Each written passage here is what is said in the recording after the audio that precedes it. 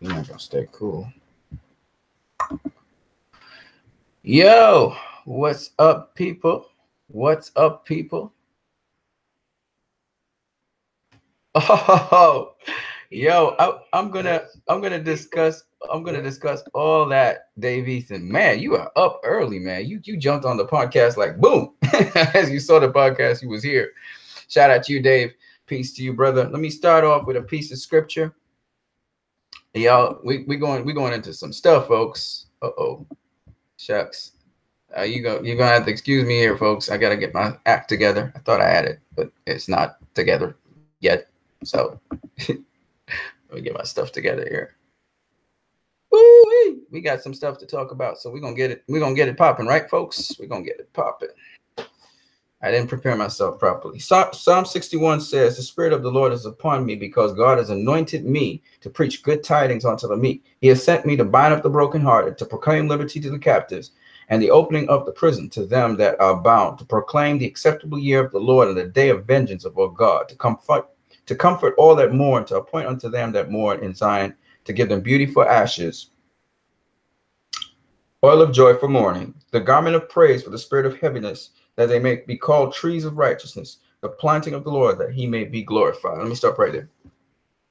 So each and every one of us, now that was referring, some people say, to Jesus, and it was, but it also goes on to be us. We also, and we're not perfect, man. I have problems. I can't tell you guys how much problems I have. But each and every one of those problems, once we overcome them, it becomes a catalyst for us to help other people. And the whole idea is to be a beacon of light in this dark world, man. So to see people who are crying, who are mourning, there's this guy, what's his name? Andy something on Facebook. He left the group I was in. And I was trying to really talk to him and say, you can lead this group, but we were trying to support you. We're not just a DCEU group. We want to know what's happening in your personal life and help you out. But he left. Anyway, the point is that it's about helping each other, and we have to care for each other as individuals. I've never seen you guys. You guys have seen me, but I've never seen you guys. And I'm about to go out to work. You guys never seen me in my work clothes. It's going to be funny. But at the end of the day, this is what it's all about. You understand what I'm saying? This is what it's all about. Okay, let me just come out of this for a second. You're going to see my screen for a minute. This is all good. I'll pop back up on this. All right, and we're going to get into this DCEU stuff. Remember, it's all about, at the end of the day, it's all about helping one another, being there for one another. Oh, man, we got stuff to talk about, so let's get to it, right? Let's get to it. So if you look at the topic there, it's talking about the DCEU news that's in San Diego Comic-Con. We'll talk a little bit about that. We'll also talk about some of the DC news concerning the DC TV series, the streaming service that DC is going to have. Hold on a second. I got to go. I'll come back. All right, so yeah, so the DC TV series. We're also going to talk about this releasing the Snyder cut and about that, and we're also going to talk about some of the previous DCEU movies and some content in them. So let me start off with the previous DCEU movies here. Man of Steel. I found this pretty potent and pretty deep, so I wanted to go into this in some detail. So one of the connecting characteristics between again, this is why I love this trilogy, and I love what Zack Snyder was doing. He set the template for this thing. In Man of Steel, there was this truck on the camp farm, right? This truck you see here in the background. You see grass growing up on it. It means it wasn't being used that much. It was being used, I'm pretty sure, for the crops and stuff, but it wasn't being used that much. Now, you can see that Jonathan Kent was a farmer, and he farmed corn. That was one of his crops, right? Big cornfields you'd see around there. Now, remember that. Bear that in mind, because corn is very important, and you'll see why. So anyway, he does corn on his farm, and there's this. We get to see this truck. Now, let me make it abundantly clear. The Kents have a number of vehicles. They have tractors. They have all kinds of things, right? But most importantly, they have a series of vans and trucks. They have a Cherokee Jeep. They had a Dodge van, a Dodge pickup van, and they had this one, an old van. Now, what's interesting about this is Clark is a child here. He was remembering his childhood days. And it's strange because the main vehicles that the Kents had wasn't this vehicle, right? They moved around in the Cherokee Jeep, and they also moved around in the Dodge van. So those were the major modes of transport there, and that's what the film was featuring throughout. You saw those vehicles most of the time. Zack Snyder comes out of his way in the back of the Kent farm, in the back there with this old pickup van, and shows this with young Clark sitting down in the back of the van, and Jonathan comes out and meets him. He starts talking to him. You can tell it's an old van, right? We do not see this van again. Either in Man of Steel, after this incident, we don't see the van again in Man of Steel, and we don't see it again in BVS. No matter what. And Martha Kent, she, you know, after Jonathan died, she used to go to different workplaces and stuff. We never saw it again. All right. That van pops up in Justice League. It pops up in the beginning of Justice League when Martha is U-hauling things, and that's now the go-to vehicle. In fact, that's what Martha uses everywhere she goes. You see her using the van. She comes to meet Clark when Clark is resurrected from the dead, and she comes back with this van. And I found that very interesting. Why would Zack Snyder wait till Justice League to mention this van that he just briefly mentioned in a flashback scene with Clark and Jonathan Kent? What do you guys think? So let me hear your thoughts on that before I move on. Now, here's what happened to the other vehicles. All right, here we are. So the Cherokee Jeep, the Cherokee Jeep, okay, it got destroyed in a tornado. It was taken up with Jonathan Kent. And we saw a couple flashback scenes where we see the Cherokee Jeep, and we even see Jonathan Kent working on another van, which is the Dodge pickup, which is what they utilized and they used. And that's this one right here, okay? And this Dodge pickup, we know, was a go-to vehicle for the Kents until General Zod destroyed it by taking it and just flinging it into the Kent home, right? And again, the Kryptonians are very strong people. So when he just kind of ticked off and just threw that pickup up into the house, that was extremely intimidating, okay?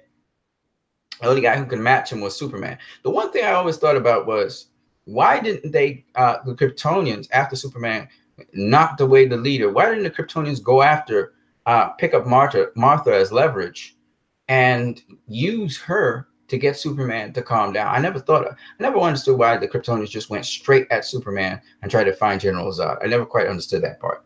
But anyway, it's interesting that Superman, you know, he came through and that was that, right? He really started to take it to Zod. Now, having said that, though, those were the two major forms of transport.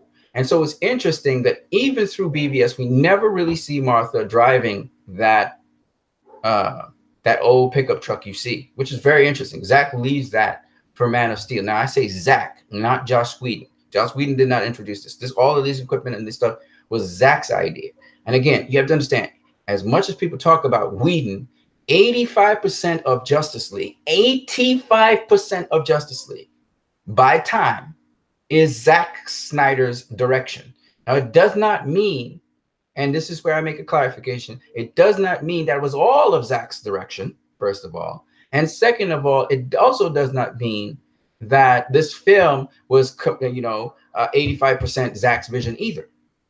What it means is this truncated film had mostly Zack's stuff in it. And if you look, not to disrespect Joss Whedon, there were moments where Joss Whedon's stuff really fell in sync. I always feel like the Batman scene where they introduced Batman it sort of fell in sync in line with what the movie was about. I always felt that the scene with the Flash where he was by the prison, that little snippet was brilliant. I always felt like the scene with the Russian family that was added in actually added some dimension to the present cut of the movie that we saw. Okay, I'm not talking about whatever Zack's cut would be. That would be something else. But I felt like Whedon actually added some serious moments in the film. Certain parts fell apart, not because of even Whedon's scene with Wonder Woman and Bruce Wayne, where Bruce confronts her and she pushes him. It's not bad. It's not a bad scene at all. Okay, those scenes are not bad. However, and we know Zack did the follow-up scene, so it kind of falls. It had a nice little flow to it. However, some scenes just visually and how certain lines were picked up were clunky and just, took down the standard of the film. Okay, and this is this is honesty. We're just speaking honestly, and we all knew this. I mean, I knew it. Okay, there were times also when the music worked really well for the movie, and then there were times when the music took away from the movie, but yet it was so subtle to me that it didn't. It's like Elfman would play a couple chords that just really were dissonant to how I feel about the movie, and then he would catch it, he would make up for it with something else that was very interesting, how he would move it into something else. So, you know, I think that the music was just fine. I don't think it was generic or bland enough. I think it had its own personality to it. And I always felt that it was more along the lines of Justice League 2001 that he was trying to go with. Did a magnificent job if that was what they were trying to achieve. So and Danny Elfman is a brilliant composer. I'm not going to even try to compare myself to him and say I could do a better job, you know. And I've seen all these people online as well, just to add this in, trying to put up their kind of cuts of the Justice League. I've gotten glimpses of their cuts, and it's shit compared to what Elfman and Whedon has done. Okay, just don't try to. I keep on telling these people, you feel you can do something better. You're not a fucking film director. You're not somebody who has done a film, a multi-million-dollar budget film. I've seen people go out and say they could do a better CG of Henry Cavill's lip. No, you can't. No, you can't. You could probably do a still, but you can't do the animation and stuff. You can't. So why are you trying? And then you put it out there and you embarrass yourself, as far as I'm concerned, because when I look at it, it's not better. Okay. Trust me, these guys are good at what they do. It's just the standard to which Zach does stuff is so freaking high that when people would condemn, you know, oh, it's so much CGI in Zach's movie. Well, this is CGI. This is fucking CGI right there. Sorry about the F-bomb. This is CGI right here. That's CGI. Does it look like CGI to you? That's the kind of standard Zack Snyder's movies have. And you cannot come in with a Marvel director and you guys say that the CGI in Marvel films are so great. Hey, listen to all these brainwashed idiots. No, it is not. Okay? You put Zack Snyder's work side by side with the best Marvel work and it just pales in comparison. Okay? It just does. You have to compare Zack's CG. Sometimes it fails and sometimes you can see the CG, but for the most part, you have to compare Zack's CG to things like Planet of the Apes, okay? You have to compare his CG to things like Star Wars, okay? You have to compare his CG, you know, you have to compare it to something worth your while. CG, real CG, that looks and feels organic and natural. And you guys been hearing me talk about this over and over again. The CG in the DCEU is on another freaking level to what the MCU has. Okay, so let's just stop with the bullshit. Okay, the physics and the DCEU is on a whole other level to what the MCU offers us. Okay, if you want cotton candy, if you want to satisfy your fantasies, go to the MCU. If you want real grounded based, real oomph, something to really carry with you through your life, go to the DCEU. And I got something to say about DC TV and also about Krypton, because again, the content of these movies is not just the action scenes and the fighting, you know, like you know what I've seen on Netflix with the Marvel films, you know, but literally it goes not just into empty intrigue either. It goes into a story that is actually saying something about our today's society. That is why I love DC. That is why I love these directors. I don't too much like the CW, but that's okay. But that is why I like the DCEU. And I'm going to talk a little bit more about something else. But let's get back to what we were saying. So I want to show you the significance of this truck and how Zack Snyder, you know, oh my gosh, Zack Snyder, man. I love the guy. I love him. And you guys need to represent this guy down in Comic-Con, guys. You got to represent this guy in Comic-Con. You know what I'm saying? You know what I'm saying? I love what Zack Snyder does. I love it. I love it. I love the guy. And even if he doesn't do another DC movie ever, at least we owe, you know, Warner Brothers. Come on, man. I got to ask you because, you know, I can't demand in this case, but come on, man. Let's see the guy's vision, man, Warner Brothers. Let's see it. I know you didn't have the money. You don't have the money to finish it off. That's why you had to change management and all that shit. But listen, Warner Brothers, you got to put out this movie. You have to, man. It is, listen, we'll talk about it a little bit more. But Dave Ethan, you know, I think Dave Ethan, you understand what I'm saying. I think it's important. I really do. Because for me personally, this is what got me bought into the DCEU. And it's not just gritty and toughness. And even though, okay, I'm going to talk about a little bit more about different things, but you'll understand what I'm saying in a minute. All right, so let's get back to it. And I believe that the DCEU is Zack Snyder's best work. In fact, I think his best work so far is Batman v Superman: Dawn of Justice. Okay, Man of Steel was fantastic, but Batman v Superman: Dawn of Justice, I think, is his best work so far. I have certain questions about certain things in Batman v Superman: Dawn of Justice, and I'll talk to you guys about that another time. But and Man of Steel, and I'll show you guys where some of the things you have to suspend your reality, even though you buy into it because it's hyper-realism. It actually shouldn't buy into it. You know what I'm saying? If you're a logical thinker. But anyway, back to what I was saying. So when it comes to this van, it has a significance. As I said before, Zack Snyder does everything. He don't do nothing by chance, right? So we start seeing this van again in Justice League, literally the identical van, right? And we didn't see it in Batman v Superman. Again, a parallel. What's the significance? I'm gonna show you what it is. So first of all, you propose what you think the significance of it is, because I want to tell you guys, but I want to hear what you guys have to say. DJ Lost and Found, what's up, bruh?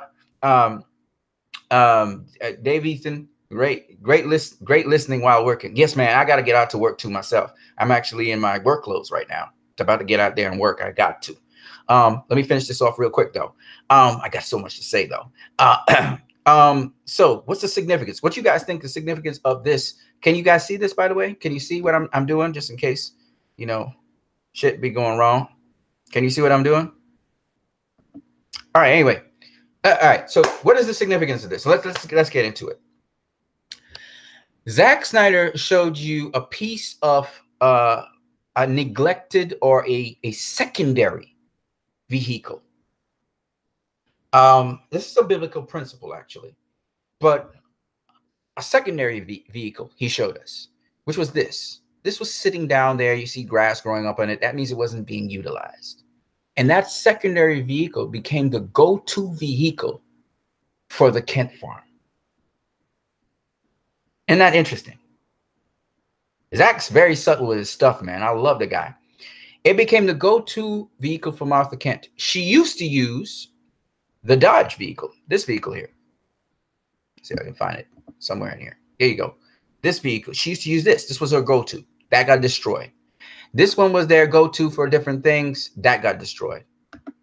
Now listen to the context of this, because there is a context to this.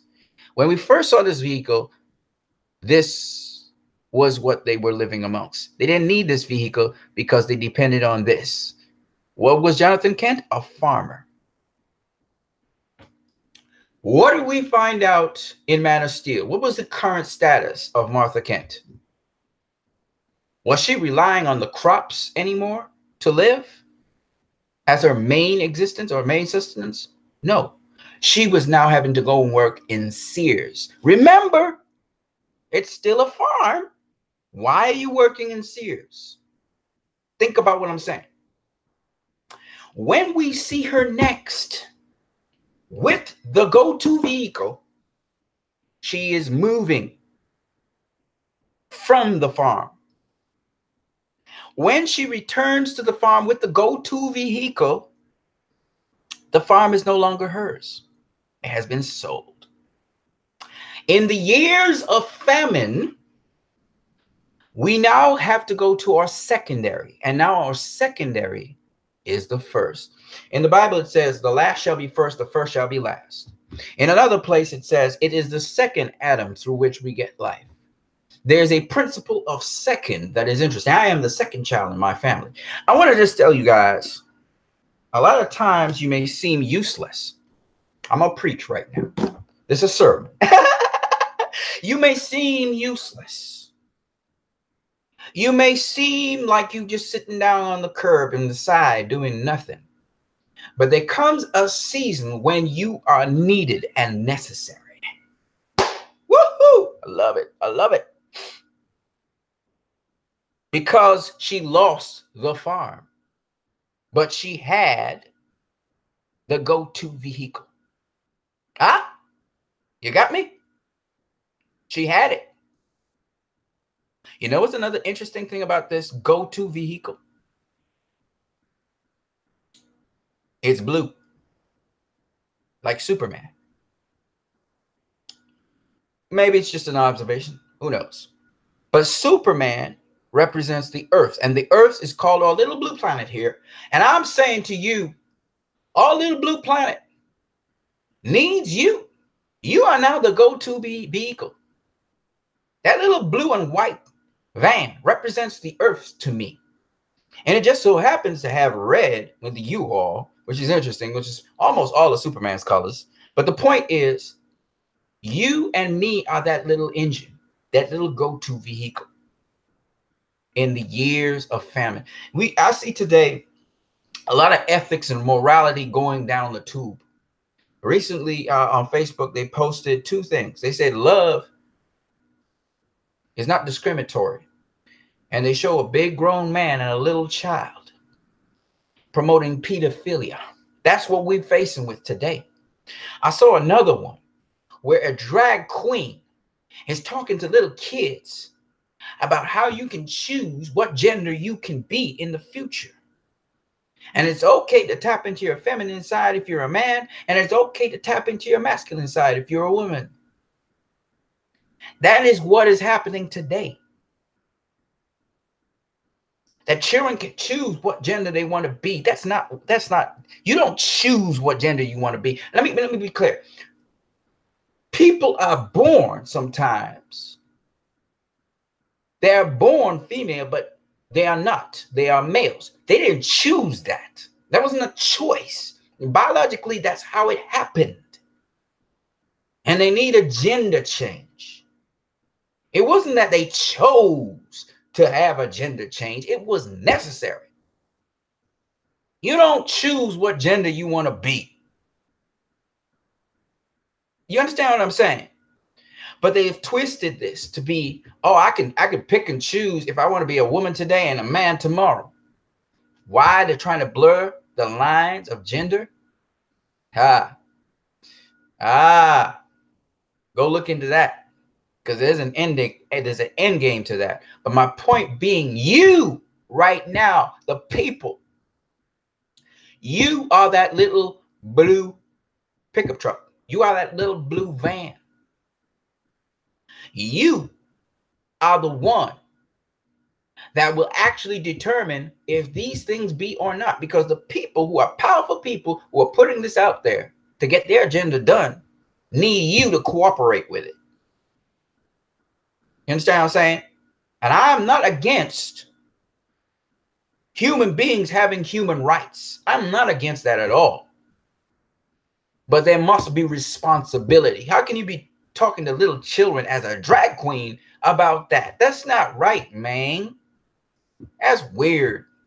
That's wrong. That's corruptible. You want to talk about a sensitive issue such as, sometimes children being different.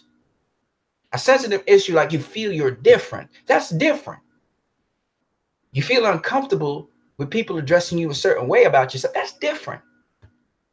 But man, you can't be telling people they can choose to be whatever sex. What was this? Is a fad now? And I'm saying to you guys, I'm just pointing these different things out. You guys need to be able to sift through it and make sense of it. Let's move on. So I thought this was an interesting thing to share with you guys. First, in the DCEU. Now I'm going to come out of the DCEU and talk about DC TV. I saw DC Titans on TV, man. Dope. Well, actually, I won't say dope. I'm kind of have some reserves. But it was interesting when he said, fuck Batman. And it's a TVMA. It means the DC streaming series will be geared towards adults. This will be adult entertainment. It is very brutal. That's for sure. Very brutal. Kind of reminds me of the BVS Batman and that kind of shit. It's a pretty brutal movie. It is somewhat like the CW. The guy kind of reminds me at times of the Flash. The kind of teeny bopper kind of thing. So I don't know if it's going to be as grounded as I'm hoping it to be. I saw some movements that look like, Watchmen-like movements where they do use the slow-mo a little bit and speed it back up. Some people are saying this is like Inhumans or whatever. I don't really care. I I am interested in it, but I don't know if the story is good. I expect TV elements to it, but I'm hoping that they keep it more grounded and more realistic, and there's actually some oomph in the story that we can relate to. Hopefully they can pull it off. If not, it's going to be another one of those Gotham sort of TV series, which I'm not going to be interested in, right? You have to really not just give me intrigue. You have to give me something, you know, something of substance that I can really latch onto. I want to see the next episode. But I'm liking what I see. I have reservations about different things, different aspects of it, but I'm liking what I see. And I like how their approach is more towards what BVS was doing. But it's still kind of weird because it's kind of like Batman wasn't so excessively brutal, even though Zack Snyder kind of gave a background that, you know, Batman and Robin was kind of brutal. And apparently Dick Grayson was the Robin that died in BVS. So it's kind of interesting seeing Dick Grayson there again in DC Titans. So that's kind of interesting. But anyway, the actor kind of looks generic, but that doesn't mean nothing. You know, actors can look generic. That doesn't mean that they don't, when they portray the character that they're on the screen. Take for instance the Segel character that was in Krypton. He kind of looked kind of generic, but then when you saw him in action, it kind of balanced off, and it was kind of interesting and a nice direction they were going down. So I dug it. You know what I'm saying? So DC Titans, what do you guys think about it? Have you seen the trailer promotion through San Diego Comic-Con? And what are your thoughts on that? I'd like to hear your thoughts in the chat section. DJ Love says, great listening while working. Had to refresh, but yeah, I saw the drag queen stuff. Peter Filio, wow, that's wild. David says, I thought it was Jason Todd. No, it's Dick Grayson. You see it. He seems to be a police or something.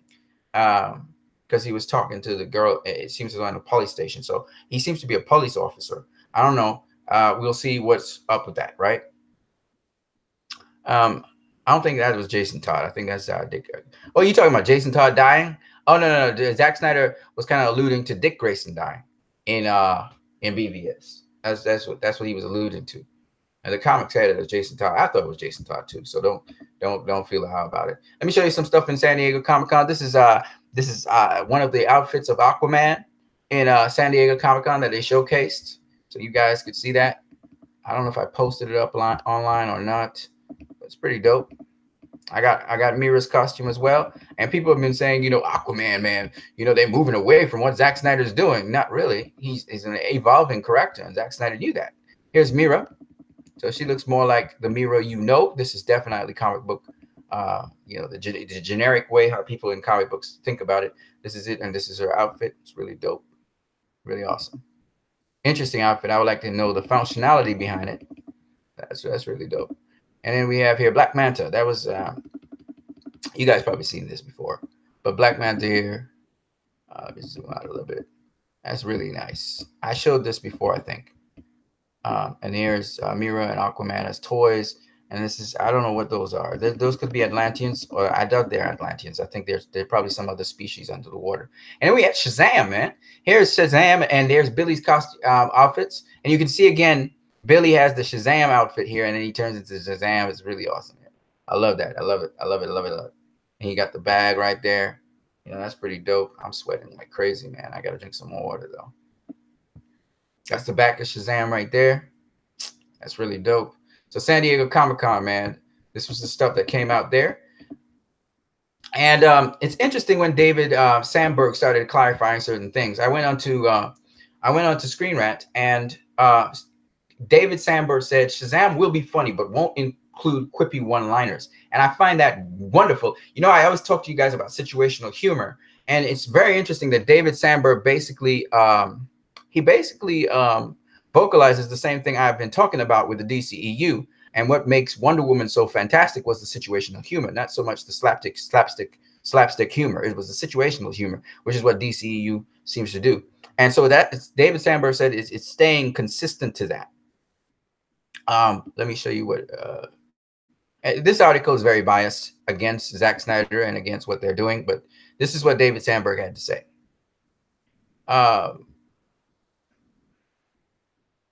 One Redditor suggested it would be okay. To the delighted fans, Sandberg himself chimed in on Reddit. Although Sandberg confirms his film is very funny, he insists that the humor won't come from one-liners.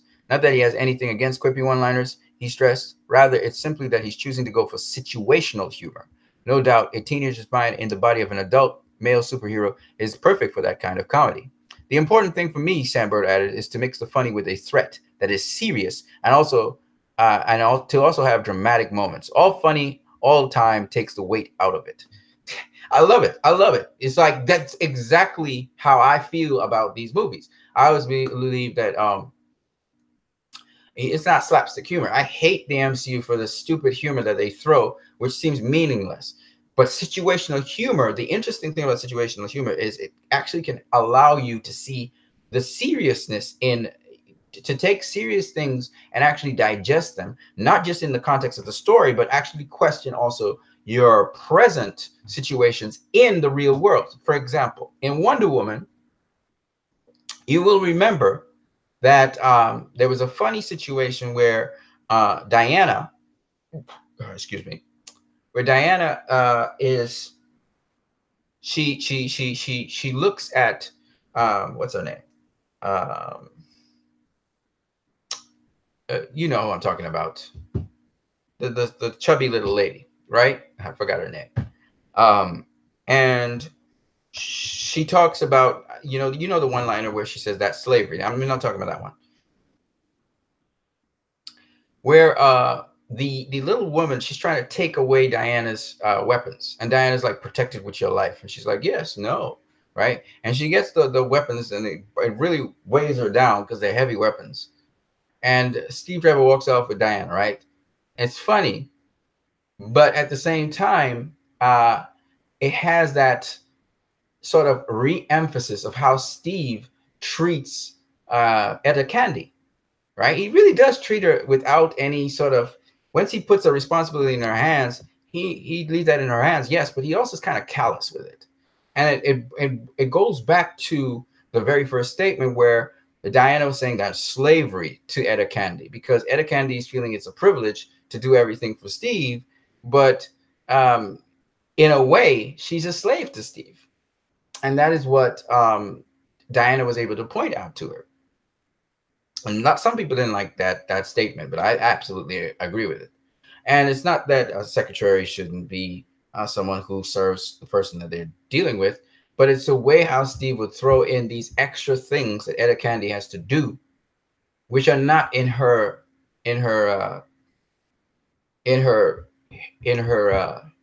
job type, right? You're a secretary. You're not supposed to be holding a sword and a shield. You get what I'm saying? And so I just found it was very interesting. And she ends up anyway coming back and actually saving the day in a way and blocking off the guy with the sword and shield, because she's very keen and she sees this guy following them and stuff. But the point is, again, there's a significance to everything in these movies, and I like that. And situational humor allows us to laugh at something that we never thought about and it's kind of awkward and odd. But at the same time, it allows us to reflect on that situation and realize, wait a minute, that's a real thing this person's discussing, even if it's 100 years before. That's a real issue today. And they've never really thought about it.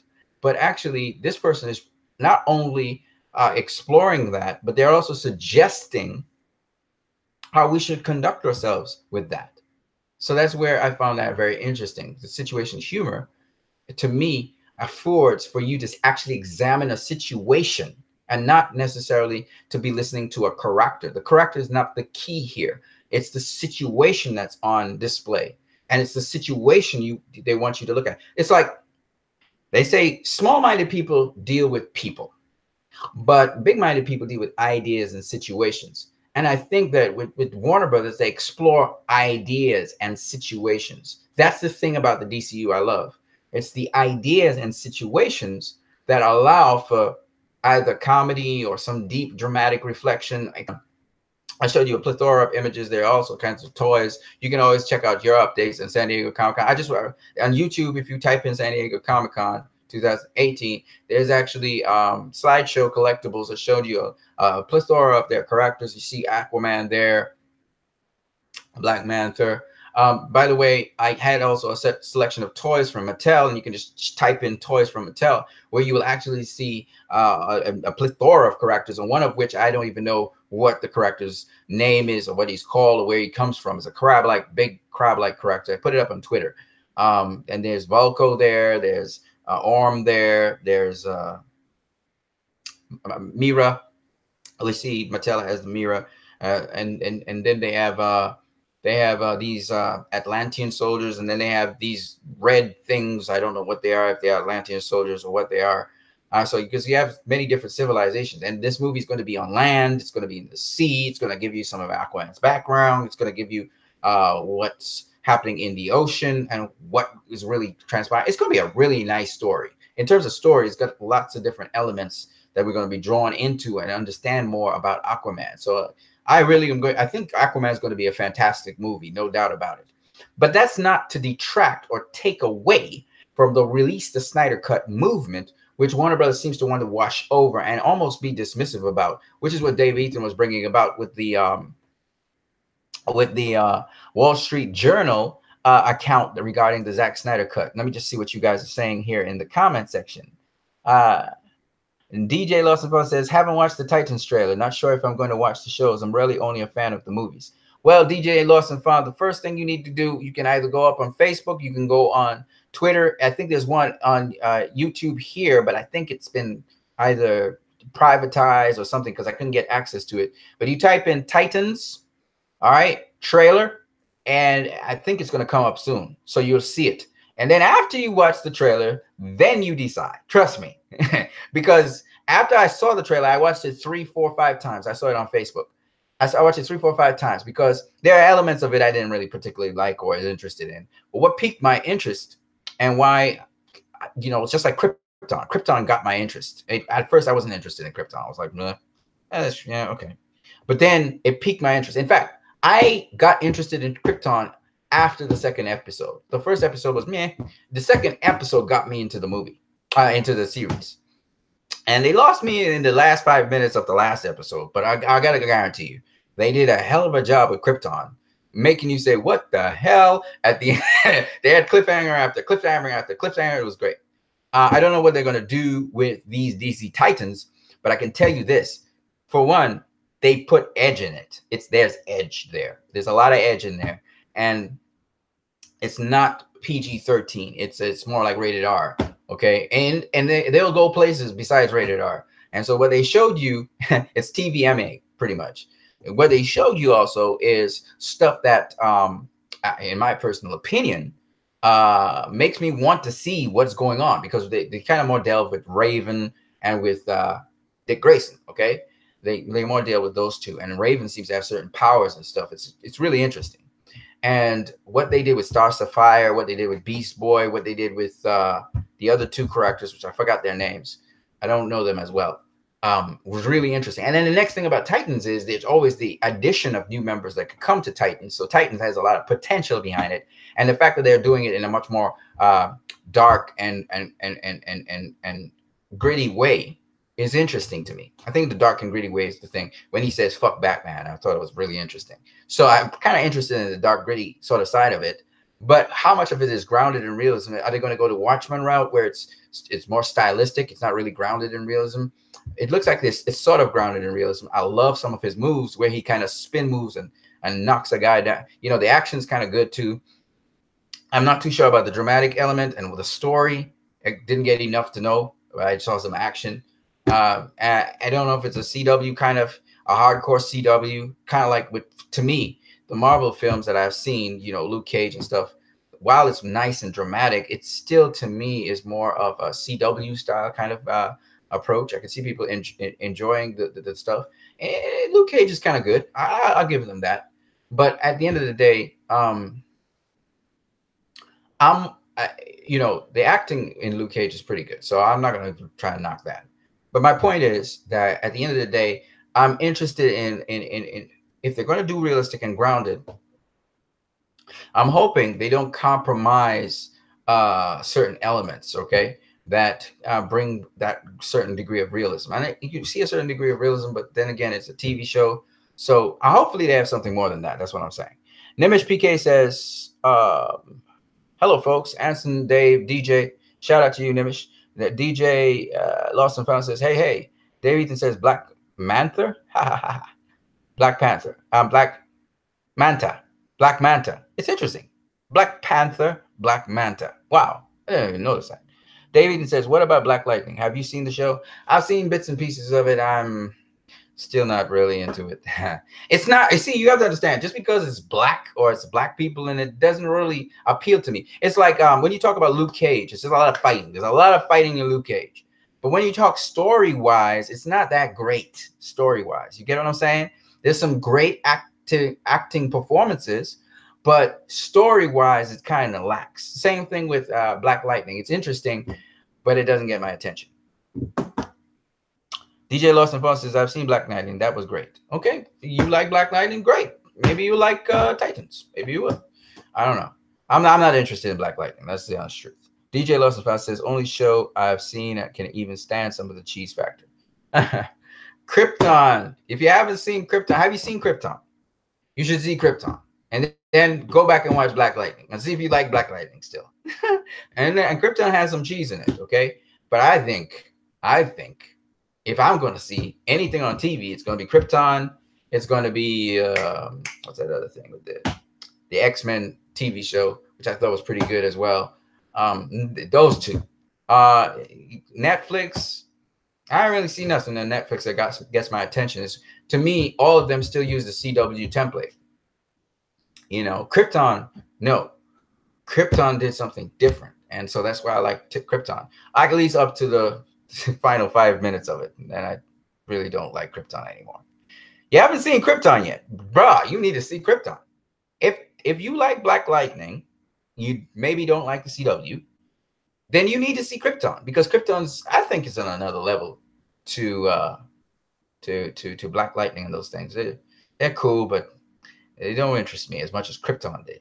And Krypton conceptually and otherwise is I think a bar ahead of all of those films, including all of the Marvel Netflix stuff, even Daredevil and all those stuff. You know, they talked about the Punisher, and again, the brutality and the fighting, that's all well and good, but the story is still not that great to me. Okay, I don't know. I mean, it's all right, but it's not cool to me. It's all about the fighting in the end. Krypton's not about fighting. Krypton has fighting in it, but that's not the strongest element of Krypton. Krypton's about the background of these characters, honor. It gives us context behind political struggles and leadership and ethics, morality. It makes us question certain things about ourselves, you know, fairness, classism, and so on. So Krypton's a whole different kettle of fish to anything you've seen on TV so far. All right. And that's why I like Krypton. All right. I just thought it ended shitty, but otherwise I thought it was fantastic. It got my attention all the way through the series. The very first episode of Krypton is not all that. It really isn't. But by the time you get into the second, you're going to love Krypton. Okay? The pilot wasn't that great. The second episode was fantastic.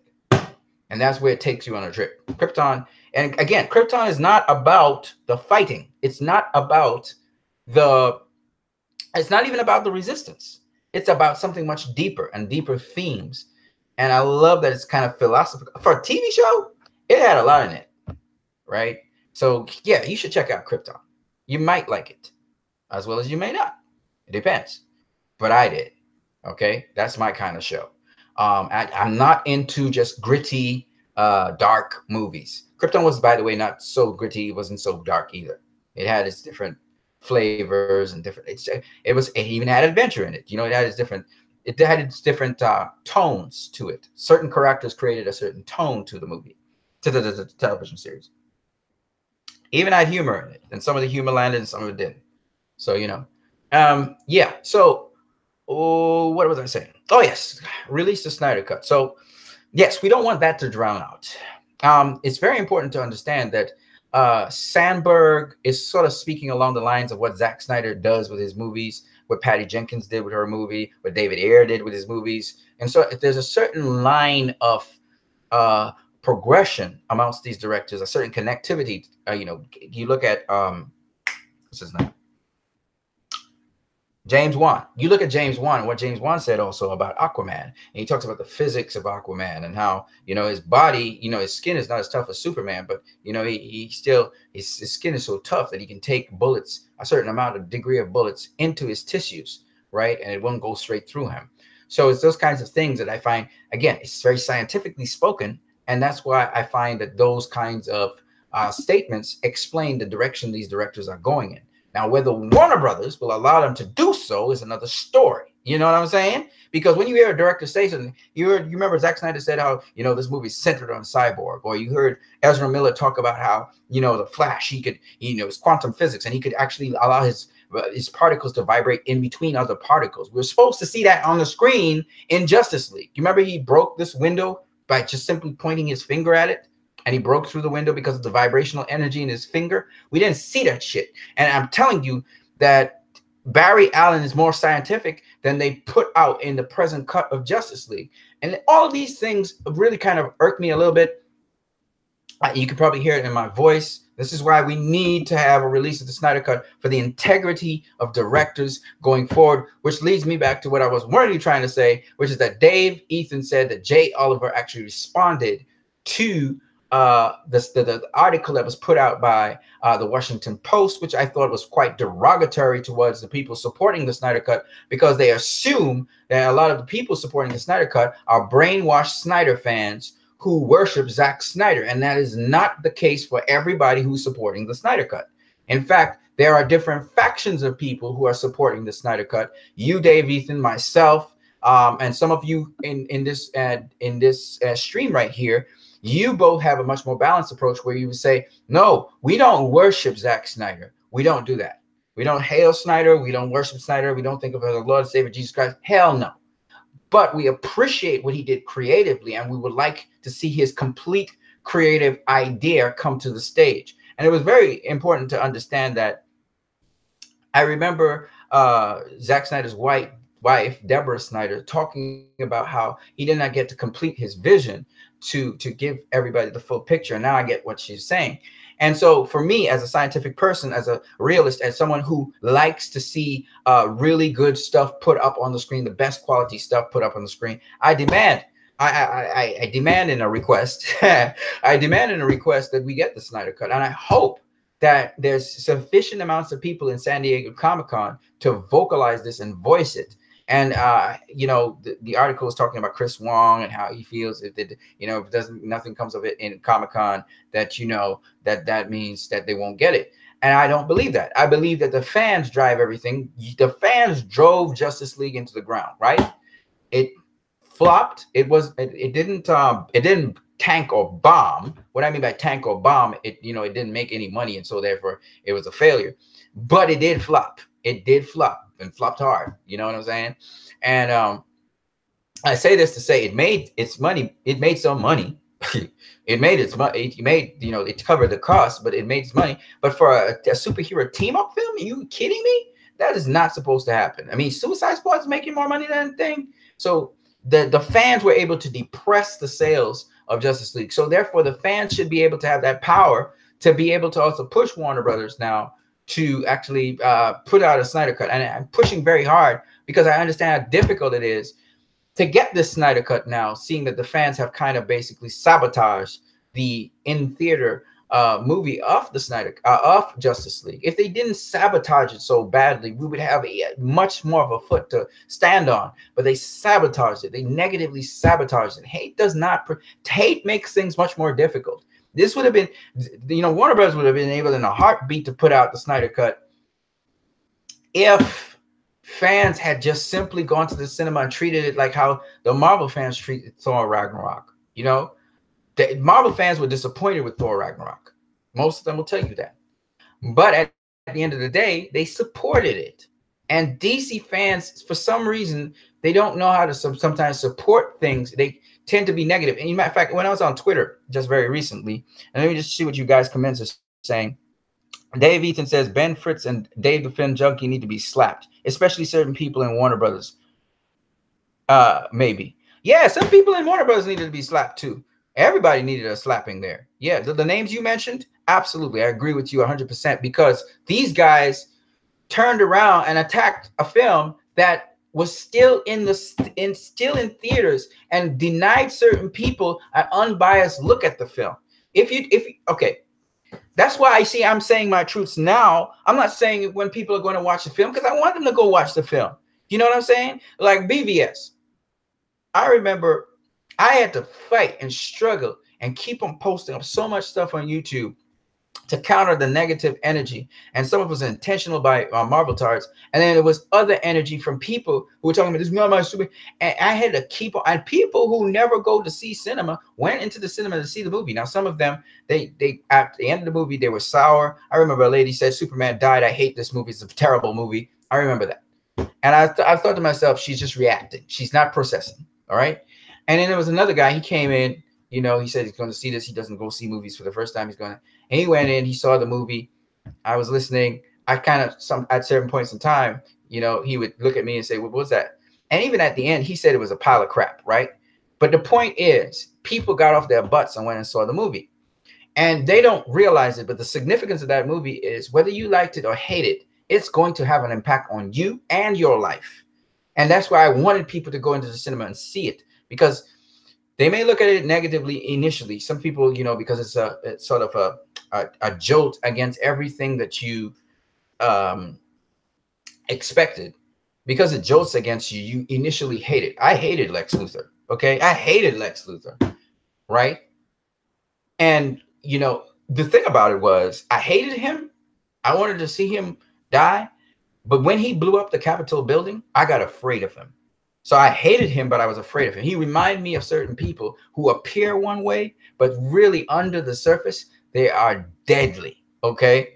And so for me, I got a newfound respect for the actor who played Jesse Eisenberg, who played Lex Luthor. And when it came to a culmination, when he subdued Superman under his hand and he said, now God bends to my will, I said, fuck it, man. This is brilliant. This is brilliant acting. I hate this guy, but it's brilliant acting. This actor performed it to perfection. And to see him at the end elicit comedy out of his maniacal and craziness when he was saying, you know, ding, ding, ding, ding, ding, ding, ding, ding. It was funny. The whole cinema started to laugh, but yet at the same time, we were creeped the hell out. We were creeped out. Okay. And it was so cool because it's kind of like a Chucky movie where, you know, it's funny, but yet it's creepy. He kind of was like Chucky. He's spitting out this line, but he's dead serious about what he's saying. He's not trying to be funny. And it's so funny that he's serious, and yet we are laughing about it because of the way how he relays it. And yet we know it's an ominous tone. I loved it. I loved it. I mean, this is unique. You've never seen this shit before. That's what Zack Snyder brought to the table. Something new, fresh, different, and still in keeping with the lore, in keeping with the comics, opening your eyes to the comics. That what made me start to read comic books, man, like crazy.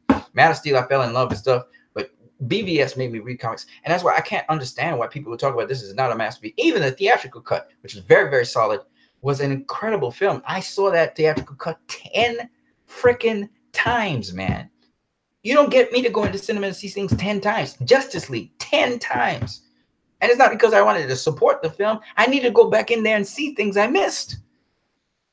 How can you be watching a film 10 times? I'll tell you why. Because it's a Zack Snyder film.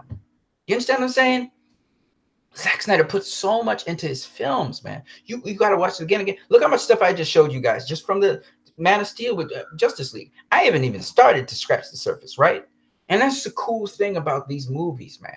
You can't do that with Marvel, and they know that. All right? All right, so let's just keep it moving. DJ Lost and Found says, can you post a link to the Washington Post article? I searched, but I haven't found it. Just type in Washington Post, Snyder Cut. That's all you got to type in. Washington Post, Snyder Cut, and you'll get it. It's there. Let's type in Washington Post, Snyder Cut. And the other thing you may have to do, Snyder Cut fans. The other thing you may have to do is adjust your search. So you go to settings, now tools. You say anytime, and you say past 24 hours, and you'll find something here. 8 hours ago. Henry Cavill cast out on Snyder cut of Justice League. It was Yahoo. Zack Snyder never watched us. Okay. That's interesting.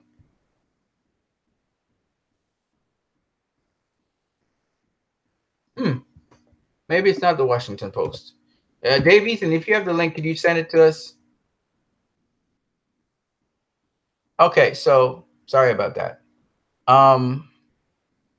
Dave Ethan says, thanks to all loyal Snyder fans. Slap in the face for them. Well, yeah, I mean, those brainwashed guys who don't really, they can't see deeply. They jump on this Snyder fan train and they were bashing Justice League. I don't understand. You see, you don't just bash something. Like they were talking about how the Russian family was, it was terrible because Whedon did it. I'm like, no, it wasn't. It actually helped the present cut. Without that, the present cut would have been even more shitty. All right. So you had to have that family, because what it did was it raised the stakes, right? This family was in imminent danger because of Batman. The danger was kind of abated. Then it came back and they needed to be saved. So the League was fighting Steppenwolf, but yet they had to deal with an extra threat, which was people's lives. They needed to save human life. We got to see Flash save lives. We got to see Superman save lives. It may not have been in the cut, but it actually added a dimension to the cut that I thought was important, saving lives. So how could you fault that? And Superman operated like Superman, and Flash operated like Flash.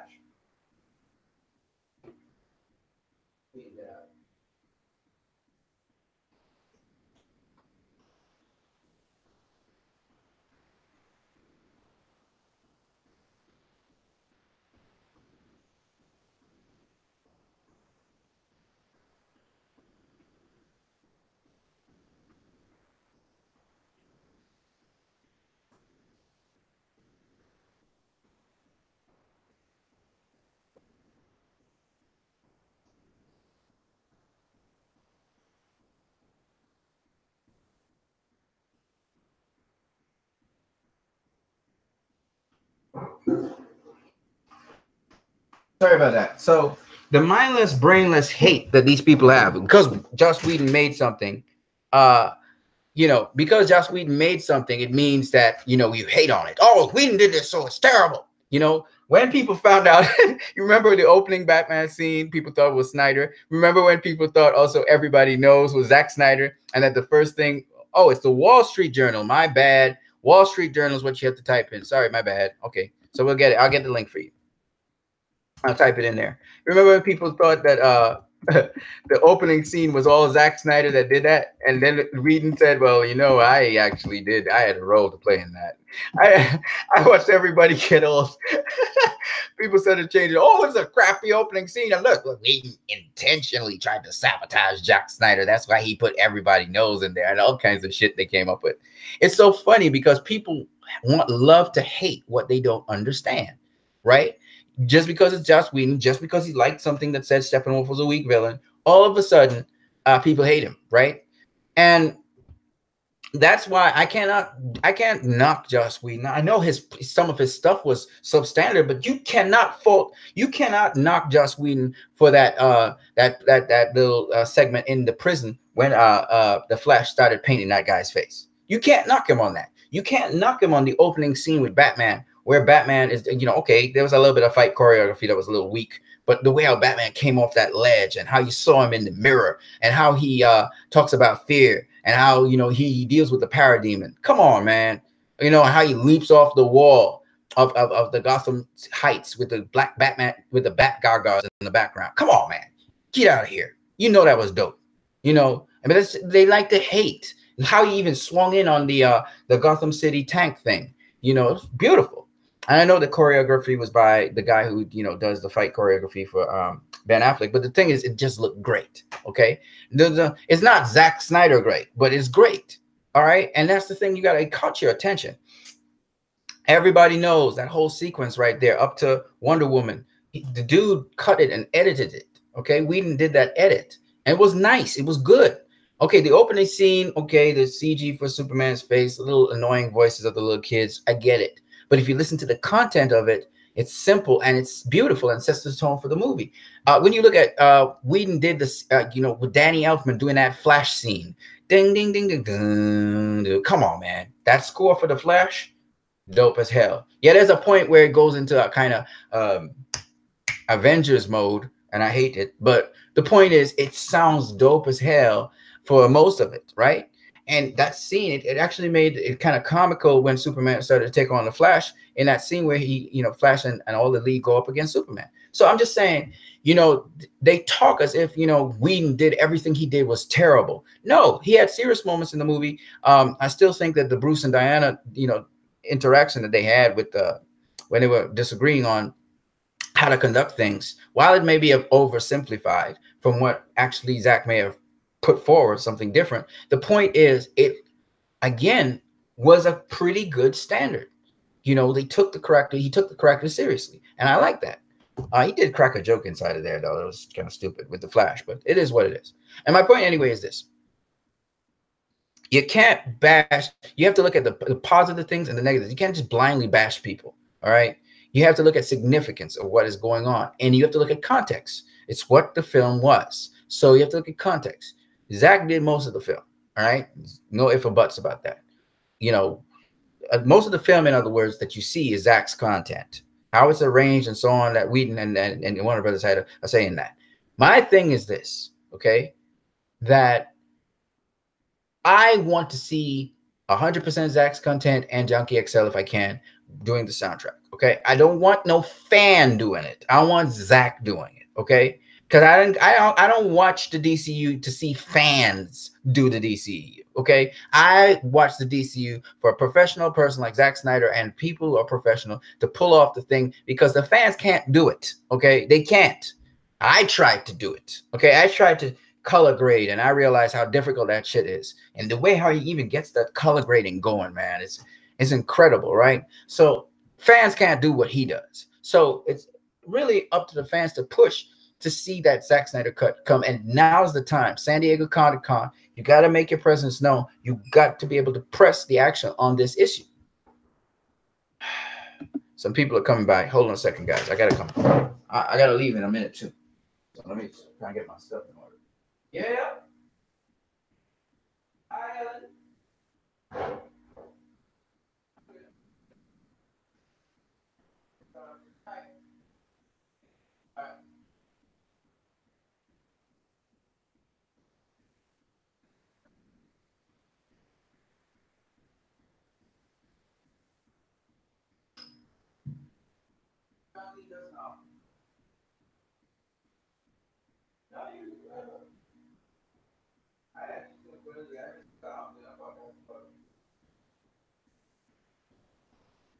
All right, folks. So back to what we were saying. Yes. So at the end of the day, so what? All right. yeah. You laughing about that? That's it. Yeah, man. I'm just saying that. Yeah. You know you have to, you know. So that's why Jay Oliver, though, Wall Street Journal, the Wall Street Journal painted it in a certain light that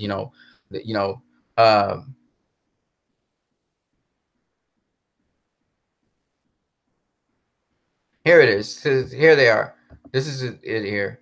You know, they painted it in a light that, you know, the Zack Snyder fans who are looking for this movie, you know, that tanked or whatever. Let's see here. I don't want to subscribe. What's going on? Read the full story. Subscribe. I don't want to subscribe. How do I get the full story? What do I do? I have to remove something? To read the full story, subscribe. No, I don't want to subscribe. Oh, well, whatever. Anyway, it's here. I think when I get into, you know what? Once I get into Facebook, I think it's supposed to thing. But anyway, they have it. They have their posts on Facebook. The point anyway is, as I was saying to you guys, is that you know, Jay Oliver, he responds to that journal account was kind of biased against the Zack Snyder fans, and he kind of debunks it. And that's what Dave Ethan, can you tell us what Jay Oliver actually said in a nutshell that debunked what they were saying, because they're making it sound like this movement for this cut is one in which it's not possible because there's no cut out there, even though everybody has agreed that there is a cut out there. All right, it's not a finished cut, it's not a completed cut. I've been saying it, you've been saying it. It's not a theater ready cut. No, there's no theater ready cut, but there's a cut out there, right? And I've always said there's no theater ready cut. All of us agree on that. What we do know is there's a cut, and we know now there's a lot of post is finished on this movie that Zach was doing. But he, as Jay Oliver said, the storyboarding for this movie is complete. That is, all the shooting for the storyboarding is complete. It is more post-production work, and it's also sort of little fills to smoothen out the story, what we call reshoots, that actually have to be done. All right. So where Zach left off, where Joss Whedon, and I guess the reshoots probably weren't done, and of course some post-production work wasn't done. And it seems as though apparently some post-production work was done already, will be done, because we already have a cut which has that post-production work done. Maybe Zach may have to recolor grade or whatever based on that, but they should actually have that stuff there. So what he may not have finished doing in post may have been finished doing in post, and just he may have to rebalance things and, you know, just work around with just fine details on certain things, and then other things in the movie would not have been done. And we've seen some incomplete work, you know, when the League was coming in to see Alfred and Bruce, when Cyborg had to fly, when the Flash was running to save Iris West, and so on. We've seen some incomplete work. Okay, so it's not that that everything's finished or completed, but it'd be nice to see what he has done and so on. And I don't want really the incomplete version. You know, I don't completely support J. Oliver, but if that's all we can get, I'll take it. You know what I mean? But I would love that Zach could get his hands on it, and then now it's up to him if they just want to put it out plain, or if they want to if he wants to work on it. And that would be nice if he could work on it a little bit, and we finance him to do so. I mean, straight up, do it indie, or if he wants to pull out a pocket and finance it. But Warner Bros. Seems to be adamant. It seems as though they have a stance of they're not going to allow this to happen. It seems that's the feeling I'm getting, because there was according to the Washington Post, an executive who said, or someone in Warner Bros. Who said that that's not likely to happen, and they're going to move on. And if they move on, I guarantee you, people like myself will become very vocal about it. I'm not going to allow 10 years to pass and this cut not come out. One way or the other, I don't mind footing the bill with other people and raising money to foot the bill, but it should come out. And I don't understand why they don't want it to come out, because it's going to hurt them. Like I said before, people are not going to be that forgiving. They're not going to forget, and they're not going to be that forgiving. And what happened to Justice League could easily happen to Aquaman. Okay, easily happen to Aquaman because of unfinished business. So if they really want to play that game, fine, play the game.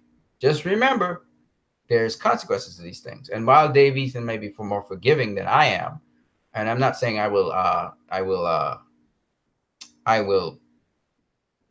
you know, negatively impact Aquaman. Absolutely not. I will go into the cinema and see it, but I will take a stand where I will not go and see it multiple times, even if it's very good. I'll go see it once or twice, and that would be it, you know, because I believe that there's unfinished business there. So where they could have gotten, say, for instance, a lot more money from me, they probably get less money from me, you know.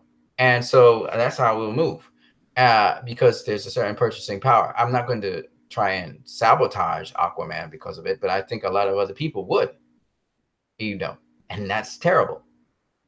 And right now, Aquaman's in a swirl where there's some positive things coming out, but again, some of the people from the Snyder Cut are already starting to poke fun of Aquaman, so that the Marvel tars don't even have to do it. Sorry, the people who are big old Marvel fans who hate DC, they don't even have to do much work anymore. It's literally a rift inside of the DCEU, and Warner Bros. Has to deal with that rift immediately. Otherwise, these people are feeding off of hate. They're not feeding off of reason and logic.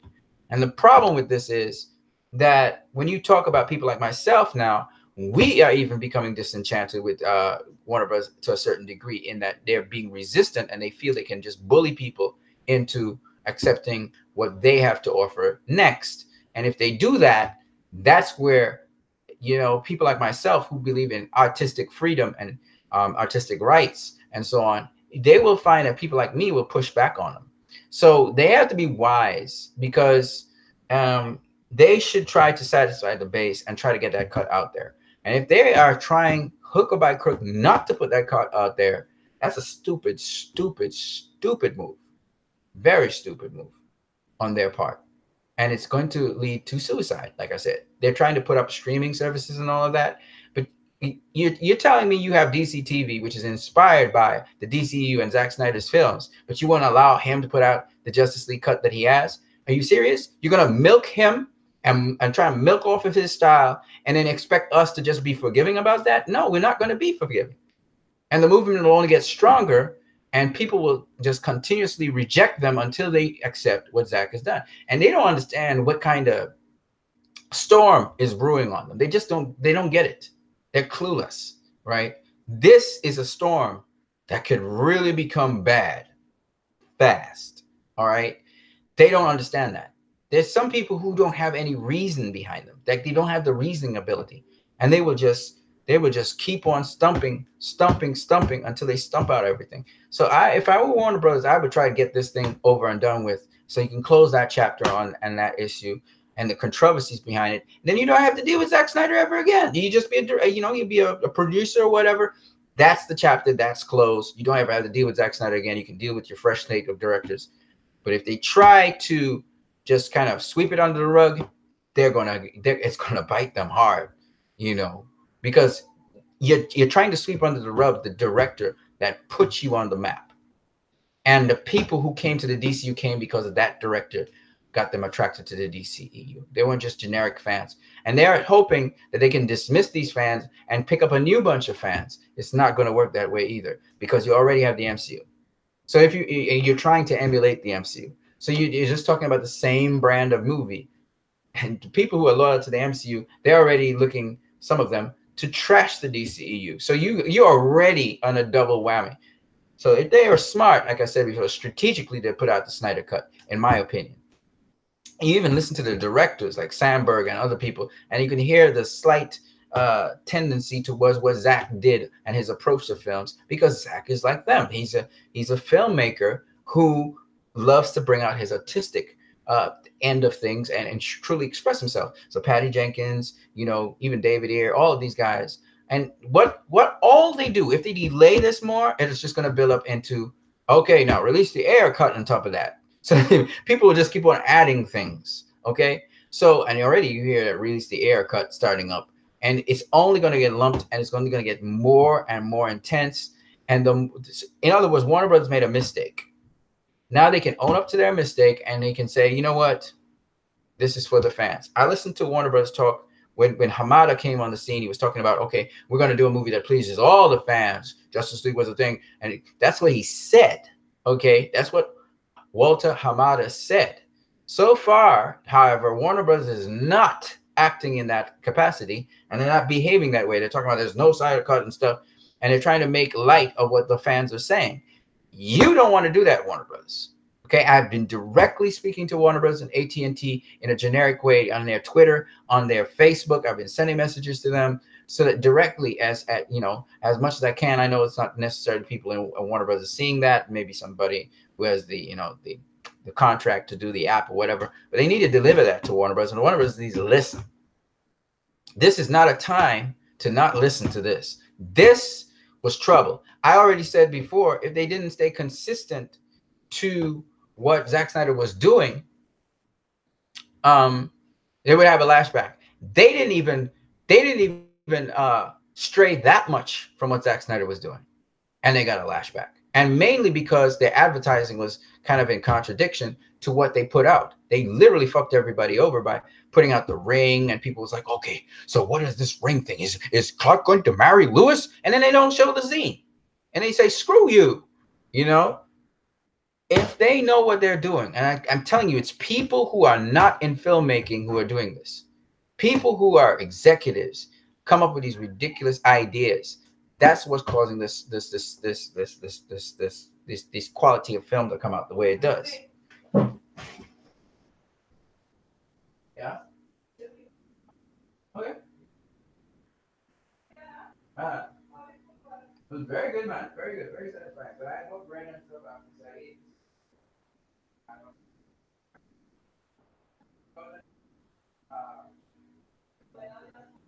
yeah. How do you know? Huh? Yeah, you fix up now. Do what you had to do.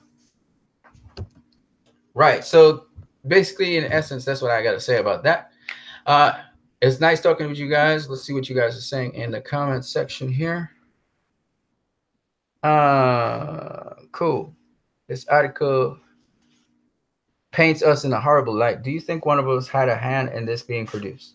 No, this is research outside of Warner Bros. But they Washington Post took its own what is it called? The Wall Street Journal took its own stance on it. DJ Lawson Fonseca seems like someone is trying to taint the minds of the masses.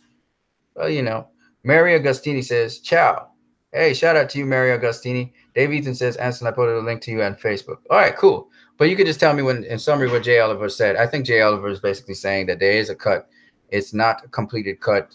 I think, what's his name? Stephen M. Colbert on Screen Rant, he had written an article saying, you know, it was more completed than usual. That is now confirmed by the deleted scenes we have seen, by all of the even the stuff that was posted up on their DVD and Blu-rays with the deleted scene of Superman and how much that was an important scene to the movie.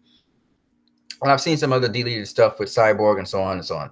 And I'm just saying that, you know, on the Flash and, you know, I haven't seen any deleted scenes with Aquaman, but I would have to assume that they are. And of course, we know there's a lot of deleted scenes from the trailers, not a lot, but, you know, snippets of deleted scenes from the trailer, action scenes especially.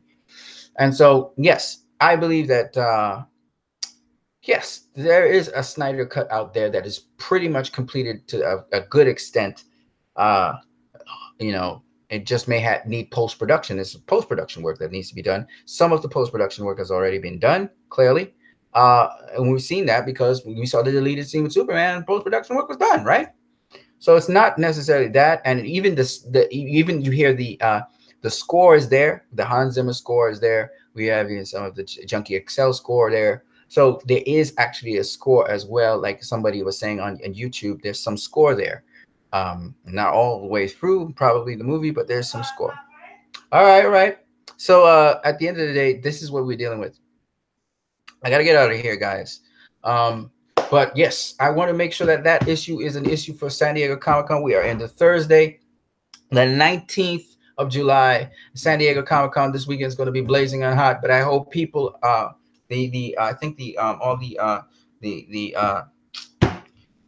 Hall H is going to happen. I think Saturday or Friday. I can't remember which one. Hall H San Diego Comic-Con. And I do hope people talk about and mention the Snyder Cut somehow. They get it out there, that there are people who are vocal. I know the media is not going to try and pick this up if they can. They're trying to stay away from it. But we have to push it. We have to be vociferous. I also know some people down in San Diego Comic-Con doing that. They need to push for it. And even after San Diego Comic-Con, keep on pushing for it.